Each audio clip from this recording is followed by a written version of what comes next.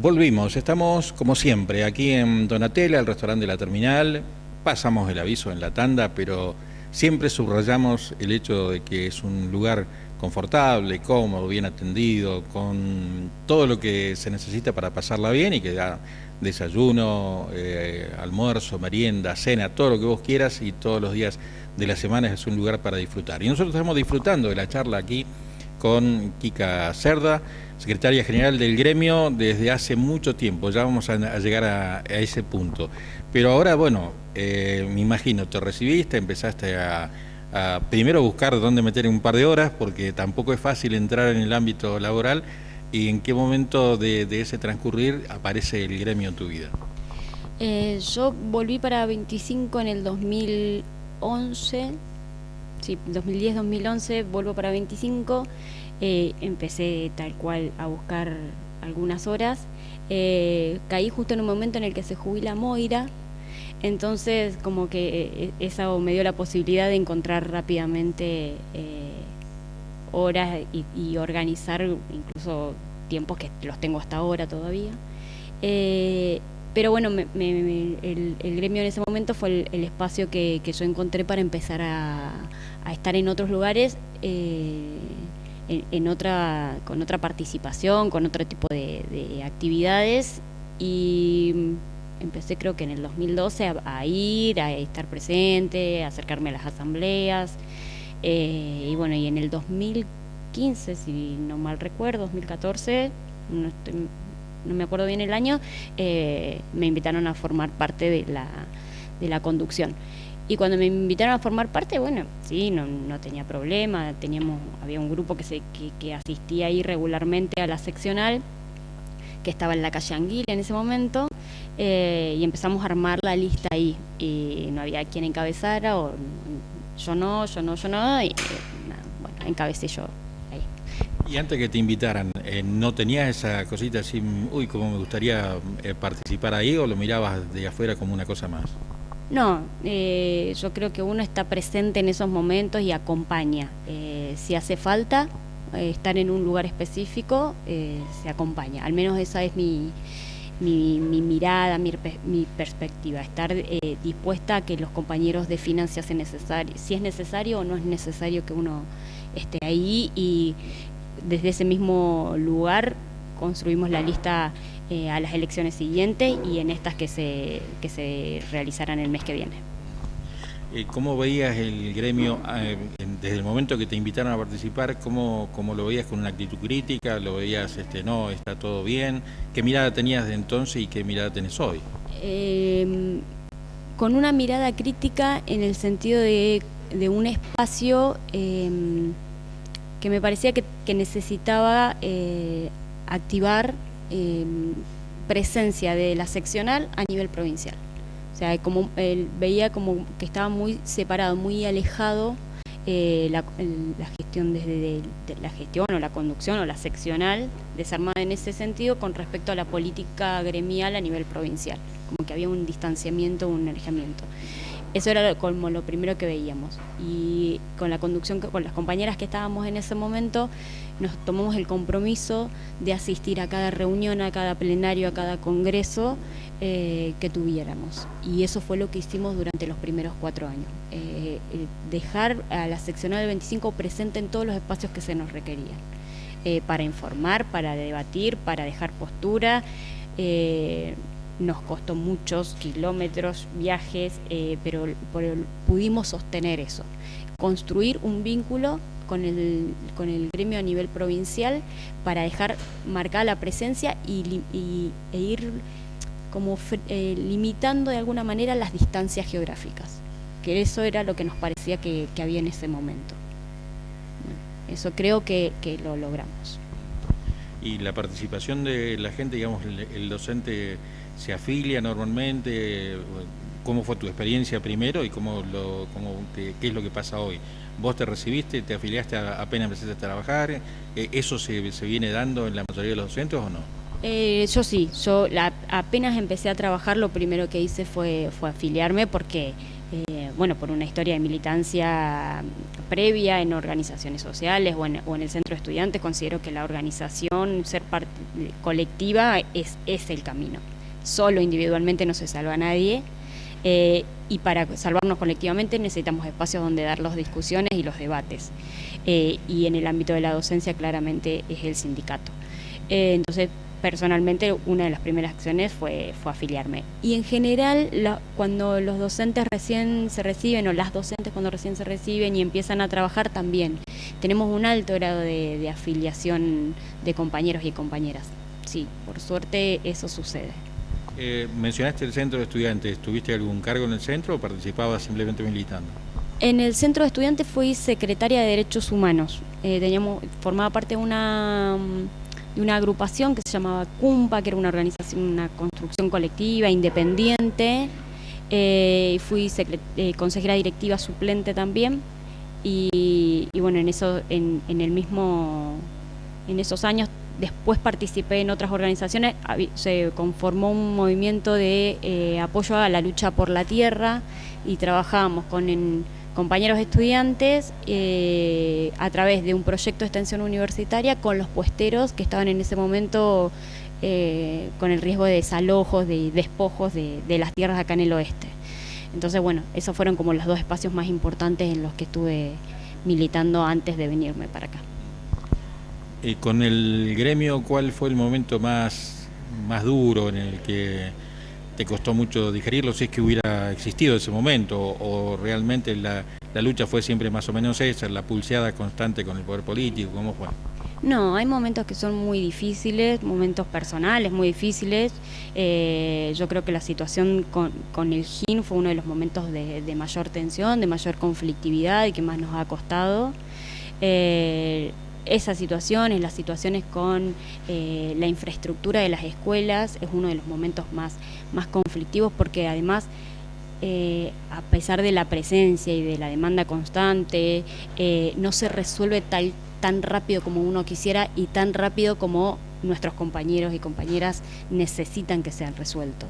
Entonces, en esa puja con el poder político, uno es la cara visible de cómo se llevan adelante esos reclamos, cuándo se llevan adelante esos reclamos.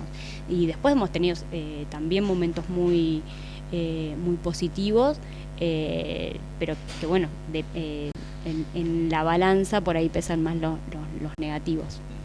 ¿Cómo está el gremio en cuanto a líneas internas? Porque hay muchos gremios que tienen muchas líneas internas y a veces se convierten ya no en pares, y hay muchas veces como si fueran directamente una oposición a lo que uno desarrolla. ¿Cómo es el caso de ustedes? A nivel local no hay líneas internas. Es real esto que hablábamos recién respecto a la participación. Es muy difícil la participación en el sentido de formar parte de algo, no solamente estar afiliado, sino participar, ir a debatir, a participar de una asamblea, ir a decir esto no me gusta o esto me gusta. En eso cuesta la militancia docente. No sé si sucede en otros ámbitos, pero bueno, en el nuestro sucede eso. Entonces no hay líneas internas, digamos. De hecho, ahora en la seccional tenemos elecciones el 7 de septiembre y a nivel local hay una sola lista. Con muchas caras nuevas, por suerte, con compañeros que se sumaron y compañeras que se suman, nuevas, que no venían participando y que los convocamos a partir de saber qué ideas, qué proyectos pueden sumar. Pero la verdad es que cuesta ese compromiso, porque además demanda un tiempo y un esfuerzo extra muy importante. Nosotros no tenemos licencias gremiales, por ejemplo. Entonces es parte de nuestra actividad actividad escolar. Entonces, bueno, cuesta a veces. ¿No tienen porque no quieren, el estatuto no lo incluyó, nunca lo pudieron, o porque directamente les está vedada esa posibilidad? No, el estatuto establece 3 licencias gremiales totales que son para el secretariado provincial. Después tenemos licencia gremial por el día que vamos a una actividad específica. Por ejemplo, los plenarios a los que asistimos, los congresos, pero es por ese día, digamos. Esa es la licencia que tenemos. Pero después quienes estamos en el sindicato estamos en el aula, por eso conocemos la realidad de la escuela tan palpablemente. Sí, eso te iba a preguntar, si estás conforme con eso o crees que se debiera modificar, porque también demanda un tiempo y el hecho de, digamos, el hecho de que vos tengas que dar clase normalmente hace que tampoco por ahí puedas asistir a una escuela donde hay un problema determinado, charlar con un grupo de docentes de los distintos niveles educacionales, digamos, esa libertad de trabajo que te podría dar la licencia gremial, ¿no? Sí, tal cual, es así como decís, eso es lo que hace que nos dificulte estar en las escuelas en determinados momentos, así como nos damos la posibilidad de asistir 3 veces a la semana a la seccional porque tenemos que estar ahí y es el compromiso también con la organización, nos buscamos nuestros tiempos para poder recorrer las escuelas. Si necesitamos hacerlo puntualmente, tenemos esa licencia, como te decía, por un día, pero al mismo tiempo el estar en la escuela nos da la posibilidad justamente de conocer lo que está pasando en la escuela de primera mano, digamos. A ver, el reclamo en algunas ocasiones es hacen esto, toman estas decisiones porque no están en la escuela. Bueno, en nuestro caso es el contrario, nosotros sabemos qué es lo que está pasando en la escuela porque estamos en la escuela.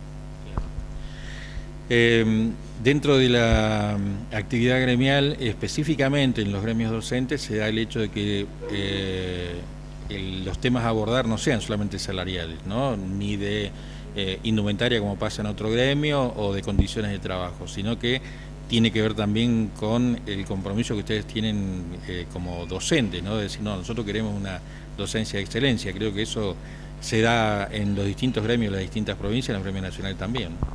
Sí, justamente la dificultad o la diferencia, más que la dificultad con otros sindicatos, está justamente en que nosotros debatimos y tenemos que sentar postura para garantizar un derecho.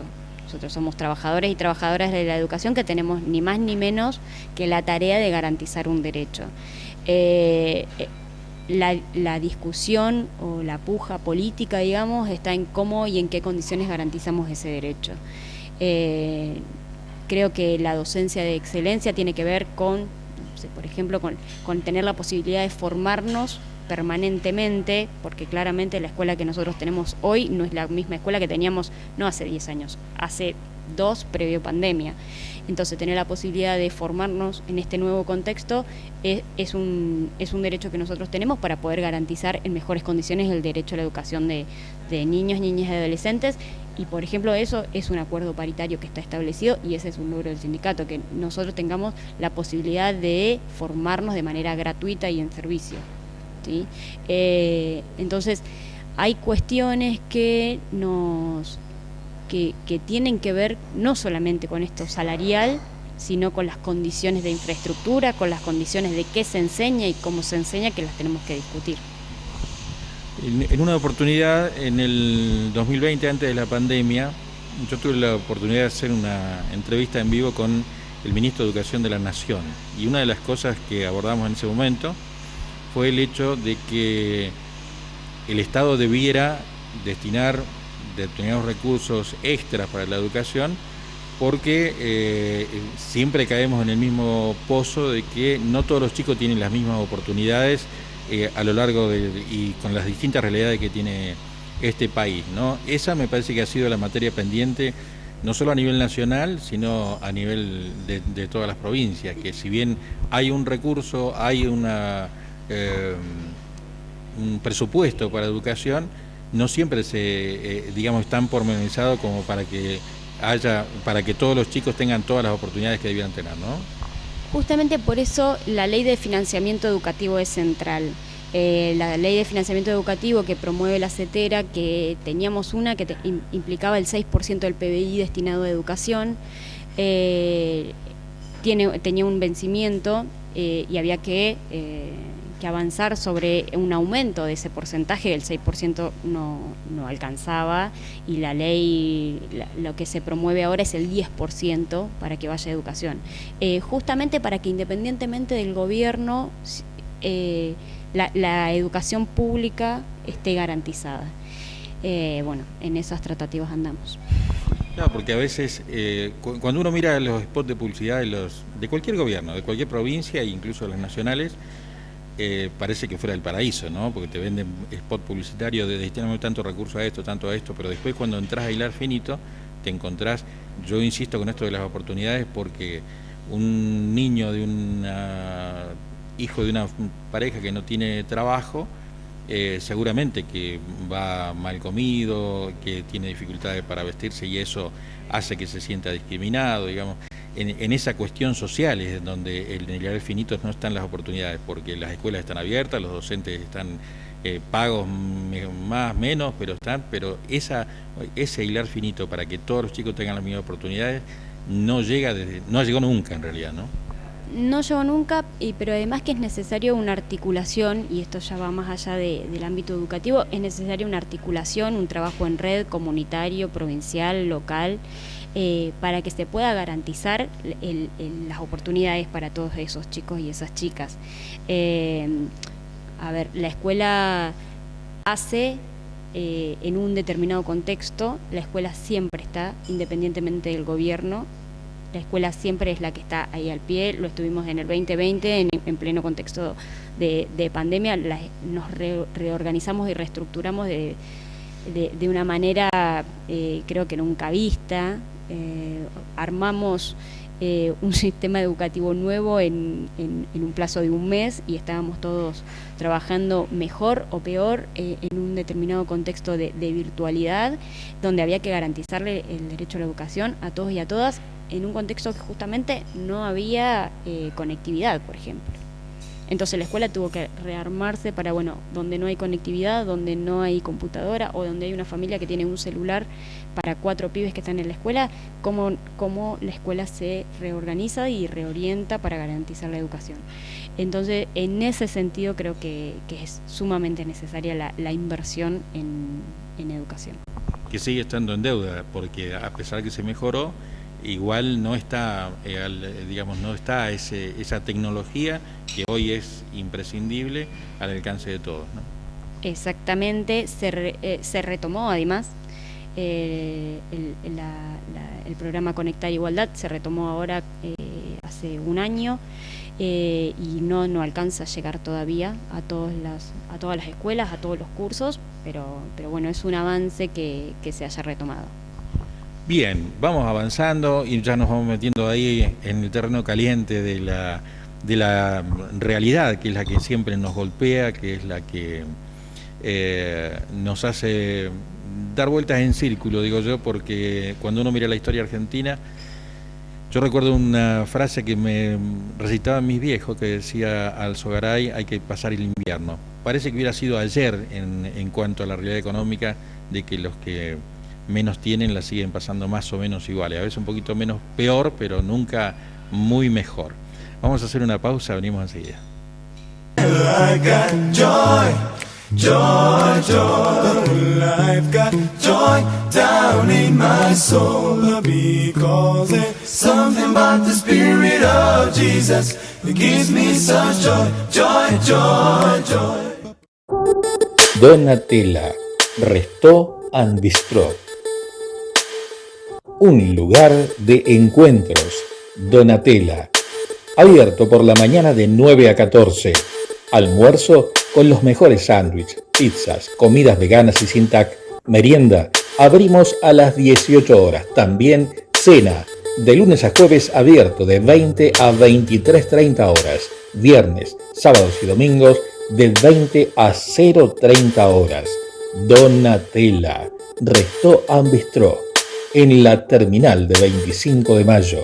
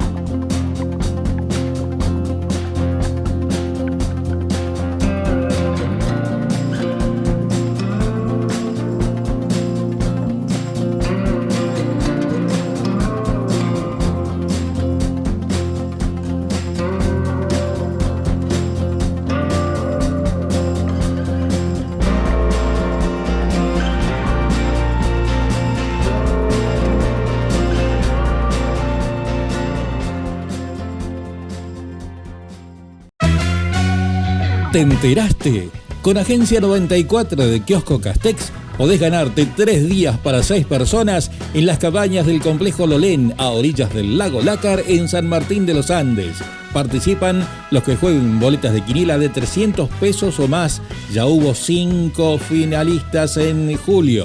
Habrá 5 más en agosto y de esos 10 saldrá el ganador. Aquí, los 5 finalistas de la campaña en San Martín de los Andes por 3 días para 6 personas. María Álvarez, José Miguel Molina, María Rosa Funes, José Daniel Ibarra, Horacio Selmona, esto es del mes de julio. 5 finalistas en julio, 5 finalistas en agosto, entre esos 10 sale el ganador. Dije, participan boletas de 300 pesos o más, jugadas en Kiosco Castex. Se sortean 3 días de cabaña a orillas del lago Lácar para 6 personas en el complejo Lolén. ¿Te lo vas a perder? Kiosco Castex.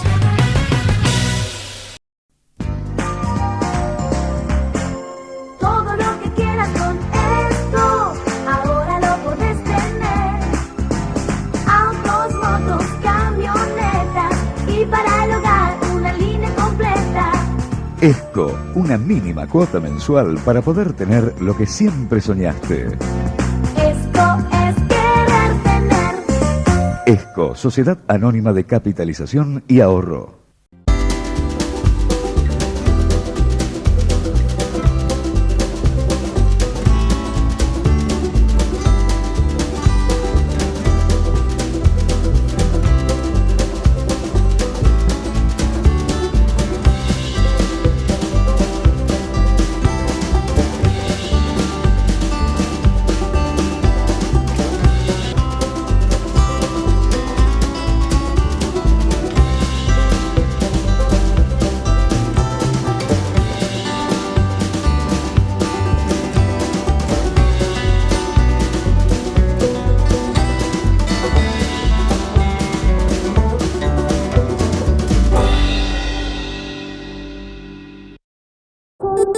Donatella, Resto and Bistro. Un lugar de encuentros. Donatella. Abierto por la mañana de 9 a 14. Almuerzo con los mejores sándwiches, pizzas, comidas veganas y sin TAC. Merienda.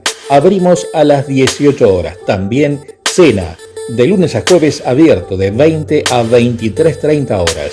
Viernes, sábados y domingos de 20 a 0:30 horas. Donatella, Resto and Bistro, en la terminal de 25 de mayo. I got joy, joy, joy.